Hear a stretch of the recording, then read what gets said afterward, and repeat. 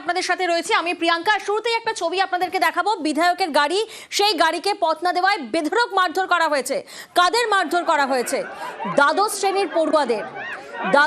শ্রেণীর পড়ুয়াদের মারধরের অভিযোগ। কার বিরুদ্ধে এই অভিযোগ? বিধায়কের বিরুদ্ধে। কারণ গাড়িকে পথ না দেওয়ায়, অর্থাৎ যখন গাড়ি ক্রস করছিল সেই সময় নাকি গাড়িকে জায়গা দেওয়া হয়নি রাস্তাতে যাওয়ার সময়। আর এই অভিযোগ সরাসরি করিমপুরের বিধায়কের বিরুদ্ধে। তাই করিমপুরের বিধায়কের বাড়ির সামনে বিক্ষোভ। যে ছবি এই মুহূর্তে আপনারা দেখছেন, নদিয়ার করিমপুরের বালিয়াডাঙ্গা এলাকার এই ঘটনা। সমীর প্রতিনিধি আমাদের সঙ্গে রয়েছেন, সরাসরি সমীরের থেকে একবার জানবো, সমীর ঠিক কি ঘটেছে? দেখো, আজ সন্ধ্যা নাগাদ করিমপুরের বিধায়ক বিমলেন্দু সিংহ রায় করিমপুরে দলীয় কর্মসূচি ছেড়ে বাড়ি ফিরছিলেন করিমপুরের কাছে বালিয়াডাঙ্গা এলাকায়। এবং ঠিক সেই সময় সন্ধ্যা নাগাদ এক গৃহশিক্ষকের কাছ থেকে পড়ার শেষে বাড়ি ফিরছিলেন বেশ কিছু দ্বাদশ শ্রেণীর ছাত্রছাত্রী। আজকে যদি শেষ পড়া ছিল, কারণ কয়েকদিন পরে উচ্চ মাধ্যমিক পরীক্ষা, এবং সেই কারণে তাদের শেষ পড়াশোনা ছিল এবং ফেরার পরে তারা একটু আনন্দ উচ্ছ্বাস করছিল। এবং সেই সময় পিছন থেকে বিমলেন্দু সিংহ রায় গাড়ি চেপে আসছিলেন। বারংবার হর্ন দেওয়া সত্ত্বেও ছাত্রছাত্রীদের তার পথ ছাড়ে বলে অভিযোগ। এরপরে গাড়ি থেকে নেমে ওই ছাত্রছাত্রীদের উপর চড়া হয় বিমলেন্দু সিংহ রায়। তাদের সঙ্গে বচসায় জড়িয়ে পড়েন এবং তাদেরকে ধাক্কাধাক্কি এবং গায়ে হাত তুলে বলে অভিযোগ। এবং যে গৃহশিক্ষক বেরিয়ে আসে তাকেও অপমান করেন। এই ঘটনায় চাওয়া মুহূর্তে কিন্তু এলাকার লোকজন ভিড় করেন। ইতিমধ্যে বিমলেন্দু সিংহ রায় বাড়ি পৌঁছে যান। বাড়ি যাওয়ার পরে কিন্তু এলাকার লোকজন তার বাড়ির সামনে বিক্ষোভ দেখাতে থাকেন। খবর পেয়ে মূলত থানার পুলিশ সেখানে যায়, কিন্তু পুলিশ পরিস্থিতি নিয়ন্ত্রণে নিয়ে আসতে পারেনি। এবং এখনো কিন্তু সেখানে বিক্ষোভ চলছে। বিক্ষোভকারীদের দাবি, যতক্ষণ না বিমলেন্দু সিংহ রায় অন্যায় স্বীকার। বিক্ষোভ চলছে, সেই ছবি আমরা দেখছি। বিধায়কের কি প্রতিক্রিয়া? বিধায়ক তিনি কি বলছেন? এখনো পর্যন্ত বিধায়কের সঙ্গে যোগাযোগ করা সম্ভব হয়নি। তাকে ফোন করলেও তিনি ফোন ধরেননি এবং তার কোনো প্রতিক্রিয়া কিন্তু এখনো পর্যন্ত পাওয়া যায়নি। তবে স্থানীয়দের দাবি, যতক্ষণ না ভুল স্বীকার না করবে ততক্ষণে বিক্ষোভ চলবে। প্রিয়াঙ্কা, বেশ।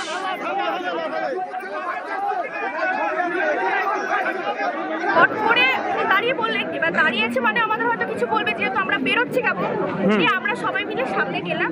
মানে কিছু জন, কি হয়েছে ব্যাপারটা, উনি বাইরে ফট করে এসে স্যারকে বললেন, স্যারের জাতামাতা ভাবে অপমান, গায়ে হাত তোলা, আমার মুখে একদম এরম করে কথা বলছে যে তুমি পড়াশোনা জানো কি? পড়াশোনা কিছু না, তোমাদের মতো মেয়ে, তোমাদের মতো এরকম স্যারদের জন্য সমাজটা খারাপ হচ্ছে। আমাকে বললো তুমি কি পড়াও? ইংলিশ পড়াস, আই দেখি। এবার ঘরে টানতে নিয়ে গেল, কি পড়াই? কে নিয়ে গেল? কে? এমএলএ করিমপুরের এমএলএ। যা ইচ্ছা তাই আমাকে ধাক্কা দিচ্ছে। কি পড়াস? বাবা মায়ের টাকা ধ্বংস করছিস। আপনাকে মারধর করেছে? বলতে গায়ে ধাক্কা দিয়েছে। টিউশন শেষে বাড়ি ফিরছিল কয়েকজন পড়ুয়া। একই পথে ফিরছিলেন বিধায়ক বিমলেন্দু সিংহ রায়। হর্ন দেওয়ার পরও পথ না ছাড়াই পড়ুয়াদের মারধর করা হয়, এমনটাই অভিযোগ সামনে আসে। গাড়ি থেকে নেমে পড়ুয়াদের উপর চড়াও হন সেই বিধায়ক। আর তারপরেই সরাসরি বিক্ষোভ দেখান স্থানীয়রা। এই মুহূর্তের ঠিক কি পরিস্থিতি? সমীর আমাদের সঙ্গে রয়েছেন। সমীর, দেখো প্রিয়াঙ্কা, এখনো পর্যন্ত কিন্তু বিক্ষোভকারীরা বাড়ির সামনে রয়েছেন। তবে বিক্ষোভ কিছুটা প্রশমিত হয়েছে, কারণ ঘটনাস্থলে রয়েছে মূলধারার পুলিশ। তারা বিক্ষোভকারীদের বুঝিয়ে একটা মধ্যস্থতা করার চেষ্টা করছেন। ইতিমধ্যে বিমলেন্দু সিংহ রায় কিন্তু যারা বিক্ষোভকারী তাদের উদ্দেশ্যে বার্তা দিয়েছেন, এমনটা জানা যাচ্ছে। তবে পরিস্থিতি কিন্তু এখন অনেকটাই স্বাভাবিক এবং মোটামুটি নিয়ন্ত্রণে এসেছে বলে জানা যাচ্ছে। প্রিয়াঙ্কা, বেশ।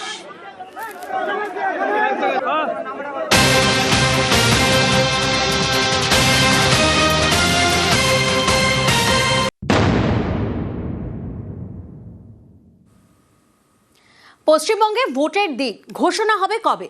কবে হবে ভোট? এসব প্রশ্ন ক্রমেই জোরালো হচ্ছে, কারণ এসআইআর শুনানি শেষ করতে আরও 7 দিন সময় চান মুখ্য নির্বাচনী আধিকারিক। এর জন্য তিনি দিল্লিতে চিঠিও দিয়েছেন। শুনানির কাজ পেছলে ধাপে ধাপে সবই পিছবে ভোটের দিনক্ষণ ঘোষণাও।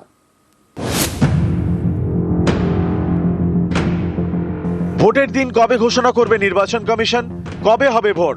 এইসব প্রশ্ন উঠছে কারণ শনিবার নির্দিষ্ট সময়ের মধ্যে এসআইআর শুনানির কাজ শেষ করতে পারেনি কমিশন। তাই শুনানির জন্য আরও 7 দিন সময় চেয়ে দিল্লিতে চিঠি দিয়েছেন মুখ্য নির্বাচনী আধিকারিক। সিইও দপ্তর চায় শুনানির সময়সীমা বাড়ানো হোক 14 ফেব্রুয়ারি পর্যন্ত। খসড়া তালিকা বেরোনোর পর যুক্তিগ্রাহ্য তথ্য বিভ্রাটের তালিকা ধরে ভোটারদের হিয়ারিংয়ে ডাকছে নির্বাচন কমিশন। এই তালিকায় নাম রয়েছে প্রায় 1 কোটি ভোটারের। রোজই রাজ্যের নানা প্রান্তে শুনানি কেন্দ্রে দীর্ঘ লাইন। এই পরিস্থিতিতে সংশয় দেখা দেয় আদৌ শুনানি সময় শেষ হবে কিনা। শনিবার যেদিন শুনানি শেষ হওয়ার কথা, সেদিন সিইও দপ্তর জানিয়ে দেয় বেশ কয়েকটি বিধানসভা কেন্দ্রে শুনানি বাকি। তাই শুনানির জন্য আরও 7 দিন সময় চাই সিইও দপ্তর। এই শুনানির সময়সীমা পিছলে অন্যান্য সব ডেডলাইনও পিছবে। 14ই ফেব্রুয়ারি চূড়ান্ত ভোটার তালিকা প্রকাশের দিন। শুনানিতে বাড়তি সময় লাগলে চূড়ান্ত ভোটার তালিকা প্রকাশ করতেও দেরি হবে। তেমনটা হলে দেরি ভোটের দিন ঘোষণাতেও। এক্ষেত্রে কোনো ভোট শুরু থেকে ঘোষণা থেকে তা সম্পূর্ণ করা পর্যন্ত সর্বোচ্চ 45 দিন প্রয়োজন। এক্ষেত্রে আমাদের রাজ্যের এই ফেব্রুয়ারির শেষে যদি সম্পূর্ণ বা চূড়ান্ত ভোটার তালিকা প্রকাশের পর তার ভোট ঘোষণা হয়, সেক্ষেত্রে ভোটটা কবে হবে তা নিয়েই কিন্তু একটা সংশয় দানা বেঁধেছে। এটা লাস্ট ডেট ছিল 7 তারিখ, ওটা আমি 7 দিন এক্সটেনশন চেয়েছি। এবং এটা পিছবে, তারপরে এরপরে তো একটা প্রসিজার আছে, 3-4 দিন ইসিআই নেয়। আগে ছিল 14 পর্যন্ত ইসিআই এটা দেবে, তো নিশ্চয়ই পিছবে। যে আশা করি 14 মধ্যে হয়ে যাবে, কি 7 দিন টাইম যথেষ্ট আছে। অনেকেরই প্রশ্ন, এসআই শুনানি শেষ কবে হবে? কবে চূড়ান্ত ভোটার তালিকা প্রকাশ করবে কমিশন? ভোটের দিন ঘোষণা হবে কবে? কবে হবে ভোট? নিউজ 18 বাংলা। আর যে ডোমিসাইল সার্টিফিকেট নিয়ে মুখ্যমন্ত্রী তিনি বারবার সরব হয়েছেন, এবার এসআইআর এর সেই ডোমিসাইল সার্টিফিকেট নিয়ে সিইওর ব্যাখ্যা। জেলা শাসকদের নির্দেশ সিইও দফতরের।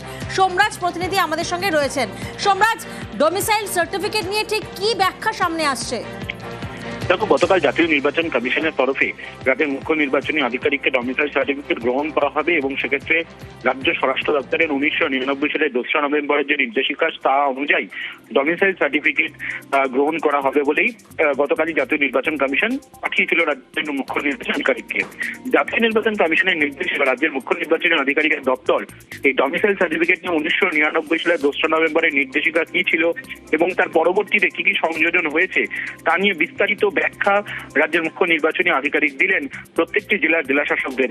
এবং সেখানে গত 1999 সালের 2রা নভেম্বর রাজ্য স্বরাষ্ট্র দপ্তরে কি গাইডলাইন ছিল, 5 দফা গাইডলাইনে কি কি বলা রয়েছে এবং তার পরবর্তীতে যা যা সংযোজন রয়েছে 1999 সালের 2রা খিতে। শুধু তাই নয়, এই ডোমিসাইল সার্টিফিকেট শুধুমাত্র জেলাশাসক, অতিরিক্ত জেলাশাসক, মহকুমা শাসক এবং কলকাতার ক্ষেত্রে কালেক্টর ইস্যু করতে পারেন। এবং সেক্ষেত্রে এই গাইডলাইনকে মেনে জেলাশাসক, অতিরিক্ত জেলাশাসক, মহকুমা শাসক এবং কলকাতার ক্ষেত্রে কালেক্টর যে যে ডোমিসাইল সার্টিফিকেটগুলি ইস্যু করেছেন সেগুলি একমাত্র গ্রহণ করা হবে। রাজ্যের মুখ্য নির্বাচনী আধিকারিক জাতীয় নির্বাচন কমিশনের নির্দেশে ডোমিসাইল সার্টিফিকেট নিয়ে গোটা ব্যাখ্যা দিল জেলাশাসকদের এবং সেই অনুযায়ী পদক্ষেপ নেওয়ার নির্দেশ দেওয়া হলো। বেশ, 1999 সালের 2রা নভেম্বরের ডোমিসাইল সার্টিফিকেট নিয়ে সরকারের নির্দেশিকায় ঠিক কি বলা হয়েছিল জিএফএক্স এর মাধ্যমে আপনাদেরকে দেখাচ্ছি। আবেদনকারী বা তাঁর বাবা মাকে 15 বছরের বেশি এ রাজ্যে থাকতে হবে। আবেদনকারী বা তাঁর বাবা মার এই রাজ্যে স্থাবর সম্পত্তি থাকতে হবে। আবেদনকারীকে এ রাজ্যে স্কুল কলেজে পড়াশোনা করতে হবে। আর কি কি নির্দেশিকা রয়েছে? জন্ম শংসাপত্র, স্কুলের শংসাপত্র থাকতে হবে। আবেদনকারী এ রাজ্যে অফিস কোয়ার্টারে বা ভাড়া বাড়িতে বা নিজেদের বাড়িতে কতদিন ধরে আছেন। ডিআইবি রিপোর্ট এবং সুপারিশপত্র ও অন্যান্য শংসাপত্র ও সুপারিশ। জেলা শাসকদের প্রতিরক্ষা, আধা সামরিক বাহিনীতে নিয়োগের উদ্দেশ্যে ডোমিসাইল শংসাপত্র দেওয়ার ক্ষমতা দেওয়া হয়েছে।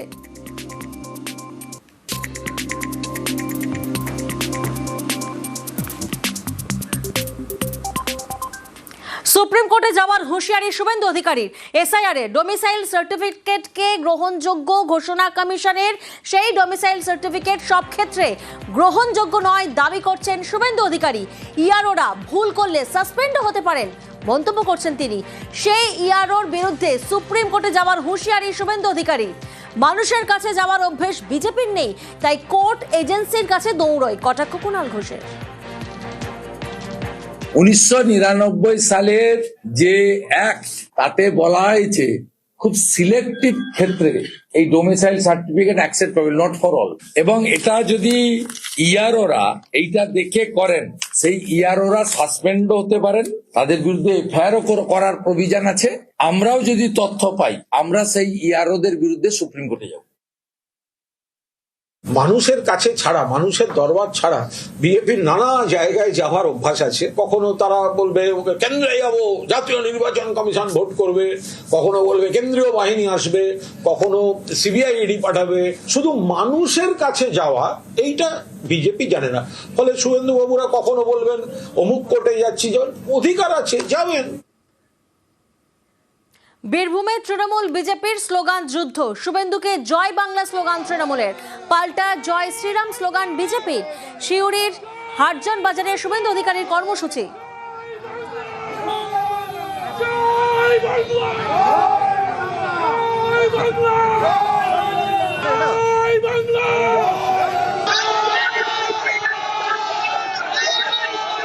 স্লোগান বিজেপি কর্মী সমর্থকদের।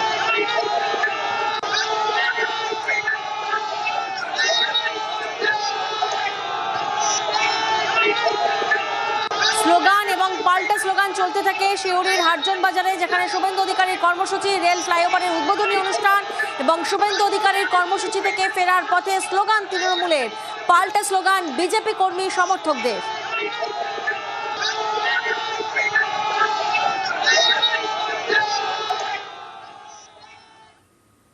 আইএসএফ করলে বন্ধ লক্ষ্মীর ভান্ডার। ক্যানিং পূর্বে বিধায়কের মন্তব্যে বিতর্ক। আইএসএফ করলে সরকারি প্রকল্পে টাকাও বন্ধ, শওকত মোল্লার মন্তব্যে বিতর্ক তুঙ্গে। আমাদের এই ভাঙড় থেকে 3টে অঞ্চল আমরা হেরে গিয়েছিলাম। আমাদের সরকার সেই 3টে অঞ্চলের ঘরটাকে পুরোপুরি বন্ধ করে দিয়েছে। আমরা বলছি টাকা আমরা বন্ধ করে দিয়েছি, যদি হিম্মত থাকে বাপের বেটা হও, সেই টাকা নিয়ে নাও। আগামী দিনেও আমি পরিষ্কার বলি, আমি প্রত্যেকটা নেতার কাছে অনুরোধ করব, আইএসএফ এর একজন না যেন টাকা পায় তার ব্যবস্থা আমাদের তৃণমূল কংগ্রেসকে করতে হবে। কৃষক বন্ধু লক্ষ্মীর ভান্ডার টাকা পাচ্ছেন, দেখা যাবে সেটা। মঞ্চ থেকে নেমেও বক্তব্যে অনড় শওকত মোল্লা। দেখুন, বাবার খাবে আর দাদার গাইবে, এটা তো হতে পারে না। ওরা মমতা বন্দ্যোপাধ্যায়ের সম্পর্কে, অভিষেক বন্দ্যোপাধ্যায়ের সম্পর্কে যে ধরনের কুৎসা করেছে, অপপ্রচার করেছে, আমার মনে হয় অবশ্যই এগুলো বন্ধ হওয়া উচিত বলে আমি অন্তত মনে করি। তাহলে বিরোধী যারা করবে তারা সরকারি সুবিধা পাবে না? আমি মনে করি যে যারা চ্যালেঞ্জ করছে মমতা বন্দ্যোপাধ্যায়কে, তাদের পাওয়া উচিত আছে বলে আমি মনে করি না। আইনি লড়াইয়ের হুঁশিয়ারি আইএসএফ নেতার।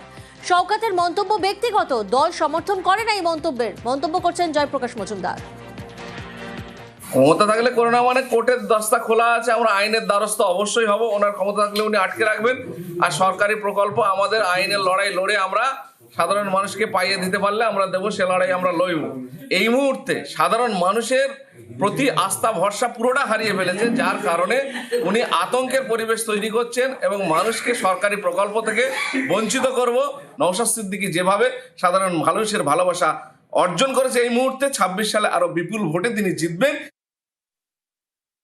সম্পূর্ণভাবে এটা ব্যক্তিগত মন্তব্য, দল এরকম মন্তব্য অনুমোদন করে না। মমতা বন্দ্যোপাধ্যায় যে সামাজিক প্রকল্পের টাকা, সেই টাকা কোনো বর্ণ, ধর্ম, জাতি দেখে দেওয়া হয় না, সমস্ত মানুষের প্রাপ্য, মানুষের জন্য সেই সাহায্য চায়। এই রকম মন্তব্য আমরা অনুমোদন করি না। গোসাবায় দিলীপের মঞ্চে বিপত্তি, হঠাৎই নিচু হয়ে যায় মঞ্চের পাটাতন। বিজেপির বিজয় সংকল্প কর্মসূচি এবং সেই কর্মসূচিতে বিপত্তি। দিলীপ ঘোষ ওঠার পরই বসে যায় মঞ্চের পাটাতন। দিলীপের মঞ্চ বিপত্তিতে রাজনৈতিক চর্চা।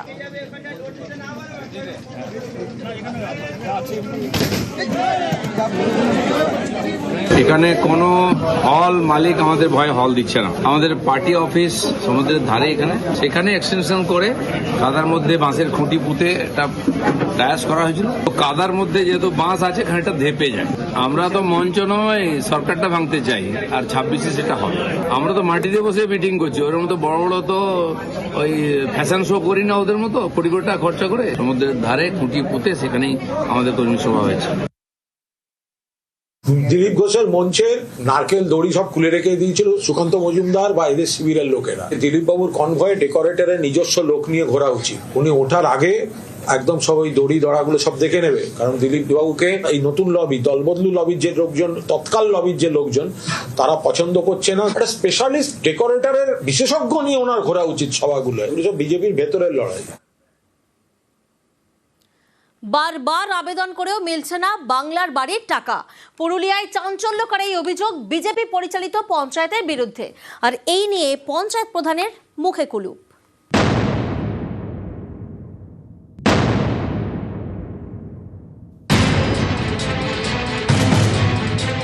কেউ থাকেন ভাঙাচোরা মাটির ঘরে, কারো বাড়িতে ছাউনিটুকুও নেই। এ ছবি পুরুলিয়া 2 নম্বর ব্লকের রাঘবপুরের। বাংলার বাড়ি প্রকল্প, এই প্রকল্পে পাকা বাড়ি তৈরির জন্য গরিবদের টাকা দেয় রাজ্য সরকার।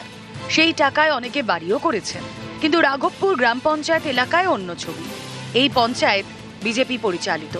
স্থানীয়দের দাবি, বাংলার বাড়ি প্রকল্পে ঘর পেতে একাধিকবার আবেদন করেছেন পঞ্চায়েতে। অভিযোগ, তারা নাকি কোনো কাজই করেনি, তাই কেউ বাড়ি তৈরির জন্য রাজ্য সরকারের টাকা পাচ্ছেন না। করেছি আবেদন, আসেনি ঘর, অ্যাপ্লাই দিচ্ছে না ওদের থেকে, জমা দিয়ে যাচ্ছি, যেটা জমা দিয়েই যাচ্ছি, যেটা যখন বলছে এটা লাগবে এটা লাগবে সব লিগে এখন পঞ্চায়েতে জমা দিচ্ছি, পঞ্চায়েতে ঠিক মতন কাজই হচ্ছে না। না, আমরা বাড়ি করতে তো পারছি না। পঞ্চায়েতে 3-4 বার অ্যাপ্লাই দিয়েছি, জমা করেছি কাগজ। পঞ্চায়েতে আবার না দিলে কি করবে, কি বলবে, ওরা তো বলবে হবে হবে, এবার কবে যে হবে সেটাও জানো না। করেছি, কই পাই, অনেকবার করেছি। কতবার করেছিলেন? 2-3 বার হয়েছে। পাননি বাড়ি? কি বলছে পঞ্চায়েত? কিছু বলেনি, জমা দিয়ে দেই, অনেক লোকের আছে।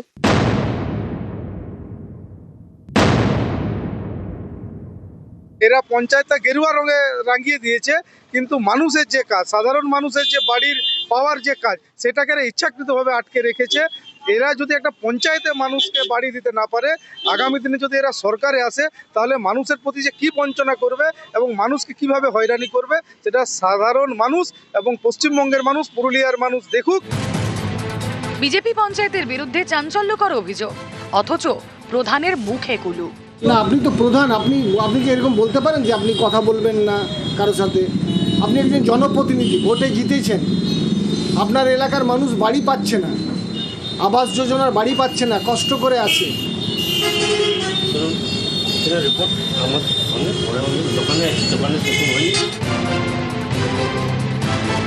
পুরুলিয়া থেকে ইন্দ্রজিৎ মণ্ডল, নিউজ 18 বাংলা।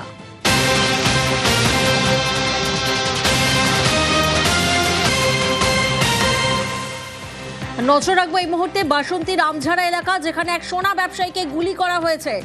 দোকান বন্ধ করে বাইকে বাড়ি ফেরার পথে আচমকাই গুলি। অনুপ প্রতিনিধি আমাদের সঙ্গে রয়েছেন। অনুপ, কি জানা যাচ্ছে, কখন কিভাবে এই ঘটনা ঘটে এবং লুট নাকি পুরনো কোনো শত্রুতা? পুলিশের প্রাথমিক তদন্তে কি তথ্য পাচ্ছি আমরা? দেখো প্রিয়াঙ্কা, যেটা পরিবার সূত্রে, এই যে কার্তিক লস্কর যার গুলি লেগেছে তার পরিবার সূত্রে যেটা জানা যাচ্ছে, যে যখন কার্তিক লস্কর এই আমঝাড়া এলাকায় তার একটি নিজস্ব সোনার দোকান রয়েছে, সেই সোনার দোকান থেকে যখন তিনি বাড়ি ফিরছিলেন, হেদিয়া এলাকায় তার বাড়ি, সেই তখন এই আমঝাড়া এবং হেদিয়ার মধ্যেখানে তিনি যখন বাইক চালিয়ে বাড়ি ফিরছিলেন, তখন আচমকায় তাকে পিছন থেকে গুলি করে। কে বা কারা তারা সঠিকভাবে দেখতে পায়নি।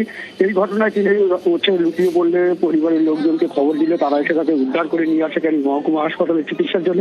ক্যানিং মহকুমা হাসপাতালে তার অবস্থার অবনতি হলে তাকে কিন্তু কলকাতার চিত্তরঞ্জন মেডিকেল কলেজ হাসপাতালে পাঠানো হয়েছে। এই ঘটনায় বাসন্তী থানার পুলিশ ঘটনার তদন্ত শুরু করেছে। কে বা কারা গুলি চালালো, কোনো পুরাতন শত্রুতা নাকি সোনার ব্যবসা করে বলে টাকা পয়সা বা বাড়ি যাওয়ার পথে তার কাছে কোনো সোনা বা টাকা পয়সা ছিল কিনা, সেই সন্দেহের বসেই তাকে গুলি করা হয়েছে। সেদিকেও খতিয়ে দেখছে বাসন্তী থানার পুলিশ। ইতিমধ্যে বাসন্তী থানার পুলিশ ক্যানিং মহকুমা হাসপাতালে এসে পরিবারের সঙ্গে কথা বলছে এবং তাদের কাছে জিজ্ঞাসাবাদ করছে সেই সব ঘটনা।